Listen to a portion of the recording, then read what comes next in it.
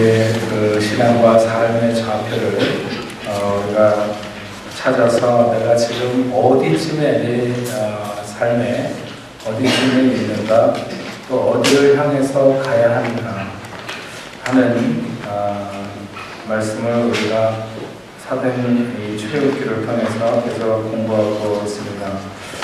이제 그 마지막 부분인 성막에 와 있습니다. 죄의 노예로 있었던 때와 같이 애굽의 노예로 신음하는 때에서부터 하나님의 하나님을 영광 중에 배웠고 지성소 깊은 곳에서 하나님을 예배하는 그곳까지, 그 여정 중에 우리는 분명 그 어디인가 있습니다.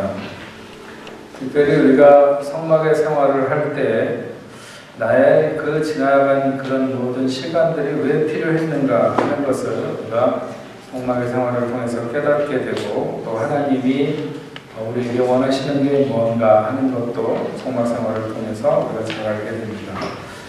지난 시간에 마음으로 건축하는 성막 혹은 성소를 통해서 생명을 공급하라 하는 시간들을 통해서 성막의 그 구조, 또 성막의 그 구조가 나타내는 의미, 이런 것들에 대해서 말씀을 들었습니다. 성막은 네 가지로 나눌 수 있고, 공간적으로 보면 세 등분할 수 있지만, 첫 번째로는 출입문이 있습니다. 하나밖에 없는 출입문, 우리의 유일한 구원자 되시는 예수 그리스도. 다른 길은 사람들이 아무리 자신의 구원을 다른 곳에서 찾아보려고 해도 그 어떤 것도 구원을 허락할 수 없는 거죠. 오직 우리의 구원자는 예수님밖에 안 계신다 하는 것입니다. 두 번째로는 성소의 뜰입니다. 뜰. 거기에는 번제단과 물두멍이 있습니다. 피로 죄를 씻고 또 물로 자기를 씻어서 자기를 부인하는 이런 생활을 나타내게 되죠. 그 다음에 성소가 있습니다. 네. 성소에는 세 가지가 있습니다. 떡상이 있고 금등대가 있고 또 금향단이 있습니다. 떡상은 하나님의 말씀을, 금등대는 성령의 조명을, 그리고 금향단은 우리가 하나님 앞에 드리는 기도와 찬양과 예배를 나타내죠. 네. 더 깊숙이 들어가면 지성소가 있습니다. 거기에는 속죄판이 있고 그룹이 있고 언약궤가 있습니다. 그래서 은혜의 보좌를, 하나님의 영광을, 그리고 언약의 삶을 나타내 줍니다. 언약궤 안에 감추어진 언약궤 속에는 감추어진 만나와 아론의 쌍난 지팡이, 그리고 돌비가 있어서 감추어진 만나는 결국 인생의 모든 양식은 내가 책임진다. 이스라엘 백성 광야에서 40년을 그 많은 사람들을 내가 먹였듯이 너의 양식은 내가 책임진다 하는 것이고, 아론의 쌍난 지팡이는 하나님의 영적인 권위, 특별히 예수 믿으면서 우리가 이 영적 권위를 인정하지 못하면 껍데기 신앙생활을 하기 쉽다 하는 것이죠. 네, 그 다음에 돌비가 들어있다고 했는데, 하나님을 섬기고 사랑하는 것과 사람을 사랑하는 것, 존귀 여기는 이것을 우리의 삶 속에 실천하고 살아야 되는 그런 언약을 상징하는 것들이 들어있습니다. 결국 성막이 무엇을 모형으로 하는가? 그것은 예수 그리스도를 모형으로 하는 것입니다. 성막의 삶을 산다고 하는 것은 예수 그리스도를 사는 것이고 예수 그리스도를 누리는 것이라고 말해야 옳을 것입니다. 오늘날에 우리가 이렇게 함께 이루어가는 교회는 누구의 모형이냐? 교회도 역시 마찬가지로 그리스도의 모형입니다. 그래서 교회는 그리스도를 나타내야 되고, 성도는 교회 생활을 통해서 예수를 누리는, 예수 그리스도를 누림의 생활이 되어야 되는 거죠. 성막을 산다고 하는, 성막의 삶을 산다고 하는 것, 결국은 그리스도를 누리는 것이다. 이렇게 말하면 정확합니다. 그런데 예수 그리스도를 누리는 삶에 있어서 모든 사람이 그 깊이와 은혜의 척도가 같지 않다는 것입니다. 우리 모두가 다 하나님을 믿는 사람들이지만 그러나 우리가 예수 그리스도를 누림에 있어서 예수 그리스도와 동행하는 그 삶의 깊이가 같지 않고 그를 통해서 누리는 그 은혜의 척도가 같지 않다고 하는 것이죠. 지난 주간에 그리스를 갔었습니다. 우리 총회가 그 유럽 예수교장로의 총회가 있었습니다. 그래서 다녀왔고 이렇게 유럽에 있는 목사님들이 모이기가 어려우니까 모일 때 노회도 같이 모입니다. 유럽에 노회가 3개가 있고 그 3개 위에 이제 총회가 이렇게 있습니다. 그래서 저희는 여기 영국하고 프랑스하고 스페인, 독일의 요 남쪽하고 해서 남노회라고 해서 거기에 있는 교회들이 속해 있습니다. 어쨌든 이번에 그 그리스에서 총회를 모여가지고 제가 그리스를 몇 번 갔었습니다만 이번에 다시 갔다 왔는데 그리스에는 참 세계적인 명소가 많이 있습니다. 다녀오셨겠지만 이거 제가 이거 자꾸 자기 시간을 안 해요. 꺼지네요. 어쨌든 그리스에 그 파르테논 신전이 유네스코가 지정하는 세계 그 보물 1호라고 그러는데 어쨌든 그런 것을 비롯해서 많은 유적들이 있습니다. 여러분들에게 꼭 한번 가보기를 권하는 곳이 그 메테오라라고 하는 곳입니다. 데살로니카하고 아테네 중간 그 그리스의 중부 지방에 있는 그 메테오라는 10세기경에 그 땅이 이렇게 융기되면서 아마 그 바위들이 정말 어떻게 그렇게 솟았을까 할 정도로 아주 그 웅장하게 여러 곳에서 이렇게 바위가 굉장히 솟아나 있는데 그래서 그 예전에 나이 드신 분들은 7인의 독수리라는 영화가 있었는데 그것도 거기서 촬영하고 또 뭐 하여튼 몇 가지 영화를 거기서 찍었다고 그러는데 그렇게 아주 수백 미터 되는 그 바위들이 절벽을 이루면서 이렇게 솟아나니까 예전에 거기에 이제 수도사들이 한두 명씩 이렇게 들어오면서 그 바위의 중간에 조그만 사람 1명 정도 들어갈 수 있을 만한 그런 데에 자기가 기어 올라가서 거기에다가 자리를 하고 거기서 수도를 하는 것입니다. 그리고 까치집처럼 나무 이렇게 조금 얼기설기 거기다 이렇게 끼워가지고 거기 매달려서 밑에서 음식을 이렇게 뭐 이렇게 도르래 같은 걸로 해가지고 음식을 주면 먹고 안 주면 굶고 하는 그냥 거기서 내려오지 않고 그렇게 사는 수도사들이 1명씩 2명씩 늘어나다 보니까 유럽에서 나도 수도를 좀 해야 되겠다 하는 사람은 다 그 메테오라로 많이 몰려들어갖고 거기 일대가 그 꼭대기에 수도원이 생기고 막 그래가지고 굉장히 많은 수도사들이 그 메테오라에 모여가지고 이렇게 수도를 하면서 평생의 삶을 보내고 이렇게 했습니다. 지금은 이제 수도사들이 다 떠나고 수도원이 6개 남아 있다고 해요. 6개.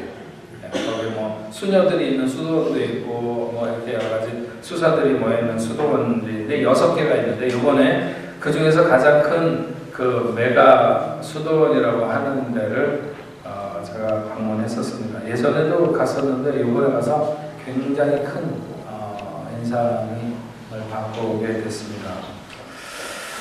우리가 잘 알고 있는 것처럼 그 그리스는 히랍 정교회가 전 국민의 97% 정도 돼서 세계에서 가장 기독교 국가라고 말을 한다면 아마 그리스를, 물론 그 사람들의 신앙 형태는 오늘날 그렇게 뭐 철저하지는 못해도 어쨌든 간에 명목상으로라도 97%가 기독교인으로 이렇게 해서 세계의 가장 퍼센티지가 높은 그런 기독교 국가라고 말할 수 있는데 히랍 그 교회 동방정교회나 이런 정교회의 신앙 형태들에 대해서 그동안 제가 별로 그렇게 충분하게 이해도 없었지만 또 교회당 안에 들어가면 천지가 그림으로 다 도배를 해놓고 있고 그래서 약간은 그 느낌이 별로 이렇게 좀 우상을 숭배하는, 하나님을 섬긴다고 하면서도 약간 미신적인 요소가 있는 것 같은 이런 느낌을 받고 그래서 조금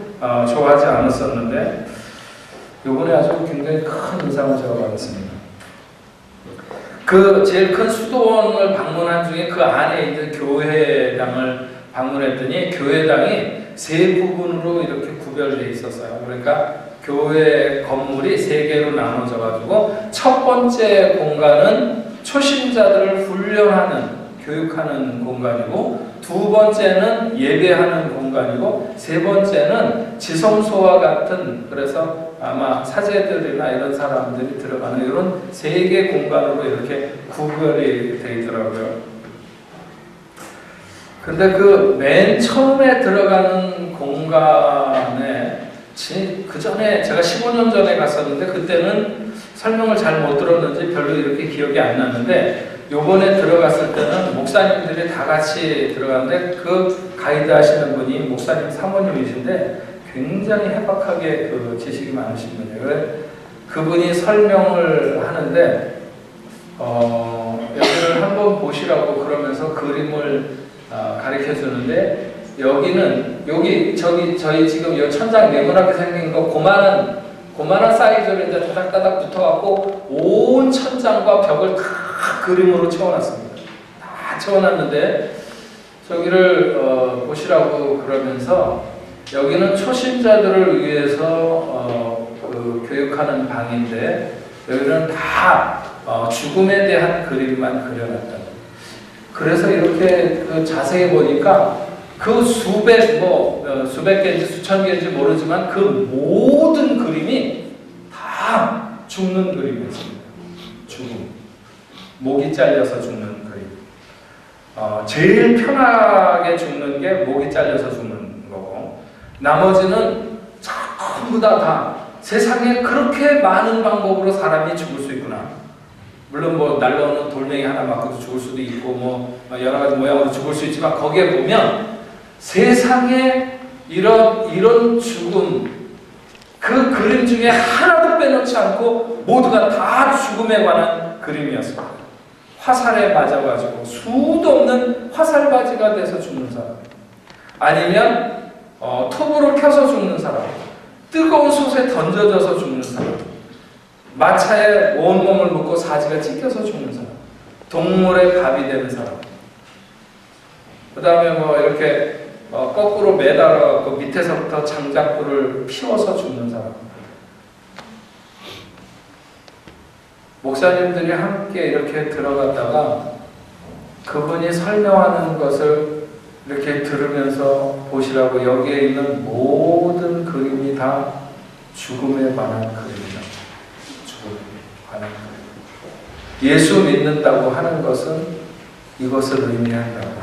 이걸 초신자들에게 앞에서부터 하루에 다 보게 하는 게 아니라 그 초신자들을 계속해서 정말 죽음이 자기에게 이르렀어도 그것에 대해서 뒤로 물러서지 않도록, 오히려 더 나아가서 나도 죽을 수만 있다면, 나도 예수 그리스도를 위해서 죽을 수만 있다면 얼마나 영광스러울까 하는 마음이 가져질 때까지 계속해서 죽음에 대한 이런 그 교육을, 그 그림을 보면서 설명을 하는 것입니다. 성경에서 의롭게 죽어간 모든 사람들, 그리고 교회사적으로 지금까지 우리가 알려진 그 수많은 사람들이 죽어가는 그런 모습들을 다 거기에다가 담아놓거든요.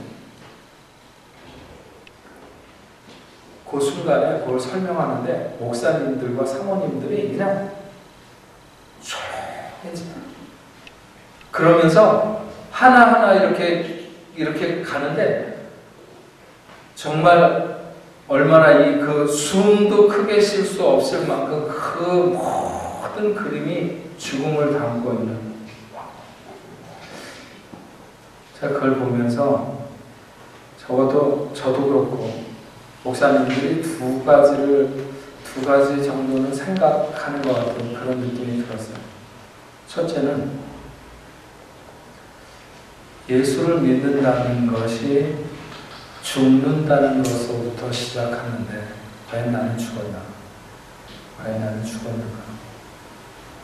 하는 생각을 첫 번째 하게 되고, 두 번째로는 내가 지금 목회를 이렇게 해왔나?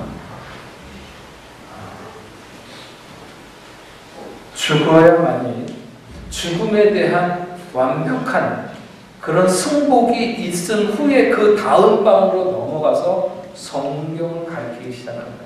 그때서부터 그 방에서 완전히 그 사람들이 죽음에 대해서 자신을 맡기지 않으면 그 다음 방으로 넘어가지 않는다는 거예요. 그래서 나는 이제 예수를 위해서 정말 죽어도 좋다 말할 뿐이 아니라 죽어야 영광되다 생각할 때 비로소 그 다음 방으로 넘어와서 성경을 배우기 시작한다. 얼마나 얼기설기 그냥 교인들을 되는 대로 이렇게 그냥 방만 옮기는 이런 목회를 하지 않았나, 이런 것들이 저를 비롯해서 다른 목회자들과 같이 생각하지 않았어요. 그런 생각이 들었습니다.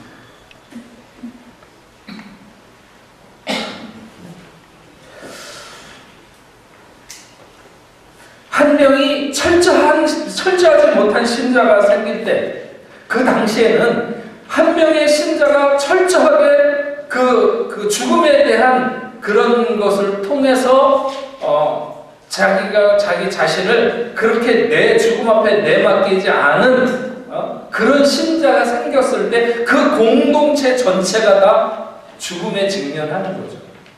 한 사람이 제대로 훈련되지 않은 사람이 있음으로 말미암아 공동체가 다 위험에 다 빠지게 되는 거예요. 그러니까 철저할 수밖에. 그 사람을 위해서도 그렇고 그 공동체를 위해서도 그렇고.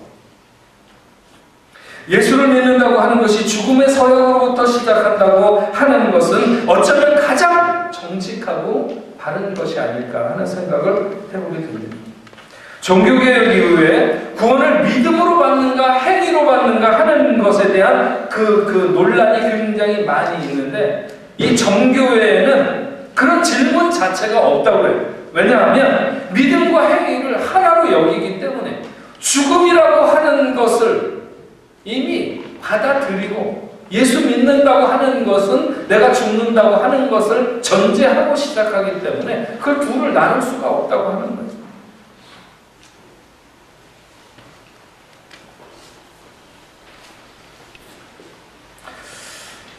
그 교회가 그렇게 3등분 되어 있는 것처럼 우리가 지난 시간에 공부한 이 성막은 3등분 되어 있습니다. 첫째가 뜰이고, 두 번째가 성소이고, 세 번째가 지성소입니다. 네. 뜰은 씻는 것을 의미합니다. 네, 씻는 것.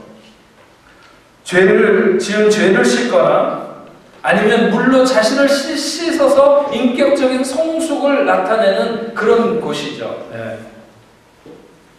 예수 그리스도를 통해서 구원받고 번제단에서의 죄 씻음을 입고 물두멍을 통해서 세례를 받음으로 자기 자신을 부인하는 삶을 아는 삶. 오직 예수의 피밖에 우리의 죄를 씻을 능력이 없고 예수의 이름 때문에 자기를 부인하고 자기를 내려놓는 삶을 살게 되는, 출발하는 곳이 뜰이죠. 뜰. 그러나 우리가 도덕질을 안 한다고 해서 그 사람을 착한 사람이라고 말할 수는 없습니다. 마찬가지로 우리가 죄 씻음이나 자기 부인의 과정이 곧 풍성한 삶을 예언케 하는 것은 아닙니다. 그래서 우리는 두 번째로 뜰에서 성소로 나가야 되는 것이죠. 성소는 공급받아 누림을 갖는 곳입니다. 거기에는 떡상이 있어서 그리스도를 먹고 사는 삶, 그의 말씀, 그리고 끊임없는 성령의 조명, 기도와 찬양과 기쁨으로 하나님을 예배하는 영광된 삶, 하나님의 공급하심이 삶의 부요를 결정하게 되는데 바로 예수 생명의 부요한 삶이 어디에서 이루어지나 성소에 들어가는 자만이 그것을 누릴 수 있다고 하는 것입니다. 그리고 세 번째로는 지성소의 삶이죠. 그의 영을 쫓아 하나님과 코드를 맞추는 것입니다. 그래서 결국은 우리 인간의 내 소리, 나의 소리를 다 죽이고 그분의 소리만 낼 수 있는 삶의 자리에까지 나가게 되는 것이죠. 이런저런 일로 걱정하는 탄식, 원망하는 한숨, 불만족스러운 신음, 이런 것들이 사라지고 오직 하나님만을 위하고 그만을 향한 소리를 내게 될 때, 그럴 수 있는 단계, 거기가 바로 지성소인 것이죠. 성막은 공간적인 그리스도의 누림에 이어서 그 음식도 다른 것을 알 수가 있습니다. 뜰에 있는 사람들은 만나를 먹습니다. 뜰에 있는 사람들은 모든 사람들이 다 먹는 음식이죠. 기본적인 누림입니다. 그러나 우리가 원하는 것은 예수 믿는 사람들이 모두 다 특별한 은총을 경험하며 사는 것이 아닙니다. 그냥 남들만큼, 그냥 기본적으로 아침에 나가서 거둔 것만큼 그날의 양식으로 만족할 수밖에 없는 정도의 삶이죠. 그러나 성소에 있는 사람은 다릅니다. 성소에 있는 사람은 진설병과 재물을 먹도록 되어 있습니다. 제사장에게는 생명의 떡이 공급되는 것이죠. 결코 누구나 먹을 수 있는 것이 아닙니다. 하나님이 특별히 지정한 사람이 먹을 수 있는 것입니다. 그의 생명과 공급에 대해서 책임지겠다, 내가 책임지겠다고 하는 사람, 그 사람만 먹을 수 있는 것이죠. 지성소에 들어가는 사람은 감추인 만나를 줄 것이라고 계시록 2장 17절에 기록하고 있습니다. 귀 있는 자는 성령이 교회들에게 하시는 말씀을 들을지어다. 이기는 그에게는 내가 감추었던 만나를 주고 또 흰 돌을 줄 터인데 그 돌 위에 새 이름을 기록한 것이 있나니 믿는 자밖에는 그 이름을 알 사람이 없느니라.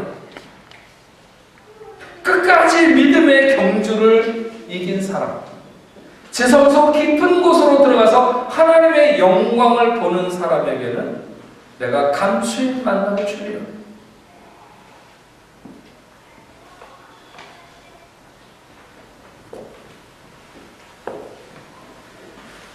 성막의 세 곳에는 비추는 빛에도 차이가 있습니다. 뜰에 서 있는 사람들은 자연의 빛을 받게 됩니다. 일반 은총의 빛이라고 말할 수 있죠. 자연의 빛도 하나님의 크신 축복과 은혜의 빛인 것이 분명합니다. 좋으신 하나님께서 선인과 악인에게 햇빛과 비를 주시는데, 그러나 이 시대를 우리가 하나님의 거룩한 뜻에 맞춰서 그분의 뜻을 따라 살기 위한다면 우리는 좀 더 세밀하고 강력한 빛이 필요한 것이죠. 바로 성소에 있는 사람들은 성령의 빛을 누리게 되는 것입니다.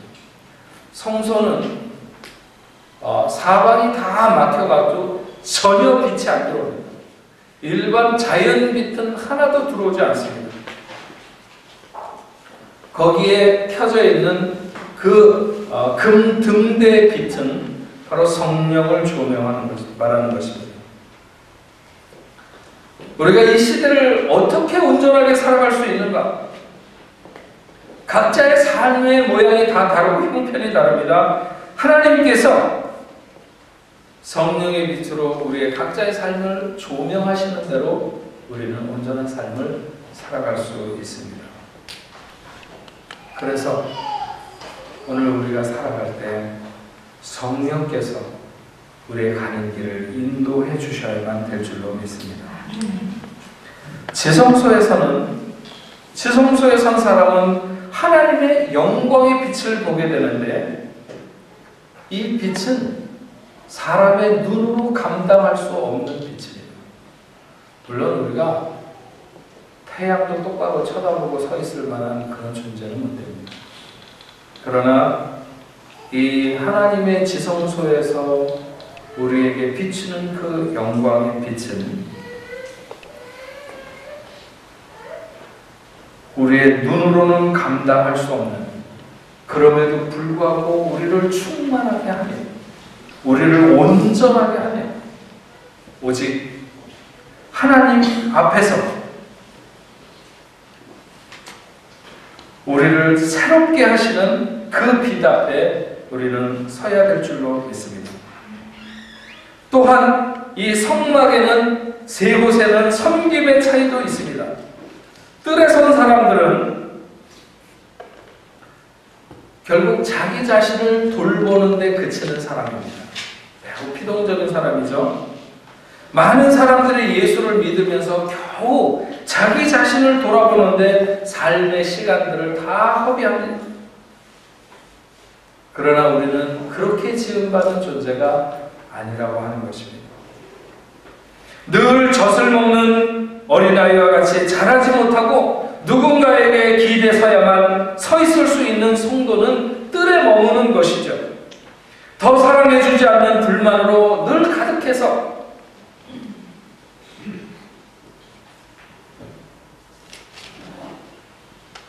힘들어하고 안타까워하는 그런 삶은 결국 뜰에 서 있는 성도의 삶일 수밖에 없습니다. 오히려 더 사랑하고 싶어서, 더 나누고 싶어서, 더 헌신하고 싶어서 사랑을 전하는 그 기쁨을 아는 삶, 성소의 삶은, 성소에 선 사람은 하나님과 사람을 섬기게 되는 삶입니다. 사명자의 삶을 인식하고 우리가 가는 우리의 인생길에서의 참된 가치가 어디에 있는가? 하나님을 사랑하고 사람을 사랑해서 섬기는 일에 자신을 드리고 싶어하는 그런 사람이 바로 성소에 선 사람입니다. 지성소에 선 사람은 하나님의 가슴으로 교회와 열방을 품게 되는 것입니다.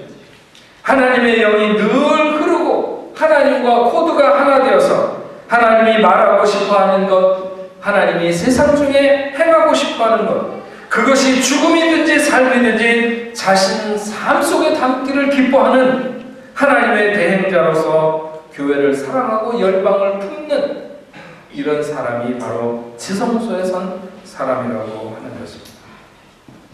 오늘 우리가 어디에 서야 되겠습니까?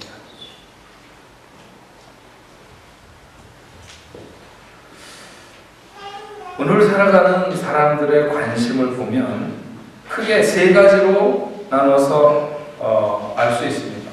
첫째로는 구원에만 관심이 있는 유월절, 어린 양의 피로 말미암아 구원받은, 내가 구원받은 백성이 되는가 하는 거기에만 관심이 머물러 있는 사람이 있습니다. 어떤 사람은 세례를 받고 광야를 지나는 거기에만 어떻게 해서 광야를 잘 보낼 것인가 하는 것이죠. 예전에 그 출애굽기를 시작할 때도 한번 말씀드렸지만 우리 믿음의 삶에는 두 가지가 있습니다. 하나는 위로부터 내려오는 것을 사모하는 삶이 있고, 그것이 하나님의 은혜든지 축복이든지 하나님의 돌보심이든지 하나님께서 나에게 함께 해주시는 하늘로부터 내려오는 것에 내 관심을 가지고 살아가는 그런 삶이 있고, 물론 그게 나쁜 것은 아닙니다. 그러나 하늘로 올라가는 삶, 어떻게 하는 것이 하나님 앞에 영광이 될 것인가, 그것이 내 삶이 좀 고단하다 할지라도 아니면 힘들고 어렵다 할지라도 어떻게 해야 내 삶의 그릇에서 하나님의 영광을 담아낼 것이며 그래서 하늘로 올라가는 영광을 돌리는 삶을 살 것인가. 우리는 여기에 초점이 있어야 될 줄로 믿습니다. 하나님이 주시는 평안, 하나님이 주시는 축복, 물론 이것을 여러분이 누리지 말라는 말은 아니지만 그러나 그것만을 사모하는 것이 우리 믿는 자의 궁극적인 목표는 아니라는 것입니다. 오히려 이 땅의 삶이 고단하다 할지라도 힘들다 할지라도 내 삶을 들여서 하나님 앞에 영광을 돌릴 수 있는, 그래서 우리의 삶은 궁극적으로 성막, 그 중에서도 깊은 곳 지성소까지 나가야 되는 거죠. 오늘 저와 여러분의 삶이 어디에 있는지 한번 생각해 보시기 바랍니다. 나는 교회는 들어왔는데 그래서 교회 뜰에 머물고 있는 것은 아닙니다. 성소로 나아가는지 지성소로 나아가는지 우리 옆에 있는 분들하고 한번 인사하시겠습니다. 뜰에서 만나지 맙시다. 네, 다시 한 번만. 뜰에서 만나지 맙시다. 뜰에서 만나지 맙시다. 성소에서 만납시다. 성소에서 만납시다. 기왕이면 지성소에서 만납시다. 기왕이면 지성소에서 만납시다. 네. 예수 그리스도를 누림의 차이가 있습니다. 우리가 뜰만 밟고, 그래서 교회 뜰만 밟고 다닌다고 그러잖아요. 뜰만. 네. 우리는 성소로 나가야 돼. 지성소 깊은 곳까지 가야 될 줄로 믿습니다. 제가 여러분들에게 성막에 대한 말씀을 드렸으니까 성막 예배라고 하는 것이 있습니다. 우리가 아침이나 혹은 저녁이나 뭐 낮도 괜찮지만 특히나 이제 목회자들에게도 이런 주문을 해요. 목회자들이 늘 예배를 인도하기는 하면서 정말 자신은 하나님 앞에 고요하게 서보는가. 그래서 성막 예배를 드리는 것이 참 좋다 이렇게 하는데 여러분들도 한번 이렇게 적용해 보시면 좋을 것 같아요. 하루에 여러분들이 왕 같은 제사장이 되어서 성막을 들어서는 것입니다. 오늘도 내가 나의 구원자 되시는 예수로 인하여 내가 그분만을 소망으로 삼고 살았는가 하면서 여러분들이 그 성막의 문을 들어서는 것이죠. 들었으면서 첫 번째 뭘 만나게 됩니까? 번제단. 네. 거기서 어린 양이 피를 흘리고 죽음으로 말미암아 우리는 죄 씻음을 받게 되는데 예수 그리스도가 나를 위하여 그 피를 흘려 주셨는데 내가 오늘 그 피에 의지해서 감사하며 살았는지, 네. 또 똑같은 범죄를 행하지는 않았는지, 네. 그리고 그 다음에 지나서 어디에 물두멍에 이르러서 내가 오늘 하루를 정말 부인하면서 살았는지 나 자신, 내가 예수 앞에 정말 이런 삶을 살겠다고 결심하고 다짐했는데 내가 오늘 하루를 살면서 그렇게 살았는지 돌아보면서 하나님 용서하여 주옵소서. 그리고 나서 성소로 들어가는 거죠. 오늘 하루도 내가 하나님의 말씀을 받고 그 말씀에 의지해서 살았는지, 성령의 도우심, 조명하심을 따라서 살았는지, 오늘 나는 기도했는지 찬양했는지, 하나님 앞에 정말 하나님이 기뻐하시는 예배를 올려드렸는지, 그리고 지성소로 들어가는 거죠. 거기에 은혜의 보좌, 속죄판, 시은자 앞에서 하나님의 은혜를 다시 한번 하나님의 은혜로 나를 만나주시는 그분, 그리고 그 그룹들 사이에 거하시는 하나님의 영광을 배우고 또 언약궤 속에 있는 만나와 쌍난 아론의 쌍난 지팡이와 노미를 생각하면서 언약의 삶을 기억하고 그리고 하나님의 대행자로서 세상을 향해 나가듯이 돌아서 나오게 되는 거죠. 여러분들이 그 부분마다 그 정교에 보니까는 예배를 정교에는 우리랑 조금 다르게 이렇게 천장이고 뭐 어디고 다 성경 그림을 그려놓고 이렇게 뭐 성인들도 그렇게 믿음의 길을 살아가는 사람들도 해놓고 그래갖고 뭐 들어가서 뭐 키스도 하고 또 그걸 보고 거기 앞에 서가지고 계속 내가 당신과 같은 그런 삶을 살기를 원하는데 나를 도우셔서 나로 하여금 그렇게 살 수 있게 해달라고 막 여기서부터 가고 그래갖고 이 사람들은 몇 시간씩 예배를 드린다는 거예요. 뭐 여기 예수님이 말씀하시는 뭐 제자들의 발을 씻기시는 그런 곳에 와 있으면 거기에서 내가 지금 그렇게 살지 못하는데 하나님 나로 하여금 제자들의 그 나보다 연약한 사람들의 발을 씻기는 그런 삶을 살아갈 수 있는 그런 삶을 되게 해달라고 하고 너무 힘들면 거기에 이렇게 딱 앉아서 이렇게 좀 있는 데가 있는데 그것도 얘기를 들어보니까 그 앉는 의자가 사람이 딱 눕는 관 사이즈래요. 네, 그 사람이 앉는 그 사람들 여러분 그 정교에 들어가서 이렇게 보면 의자들인데, 네, 그래서 거기에 앉아서 정말 또 하고 또 너무 힘들면 한 뭐 2-3시간 그렇게 하다가 나가서 또 뭐 음료수도 마시고 먹을 거 먹고 또 들어와고 또 계속 이렇게 하고 그래서 3시간도 드리고 4시간도 드리고 예배를 그렇게 드린다. 우리가 다 너무 간단하게 이렇게 살짝 예배 드리고 그냥 무슨 집에 뭘 볶아놓고 오셨는지 막 뛰어가시고 그런 분들 많은데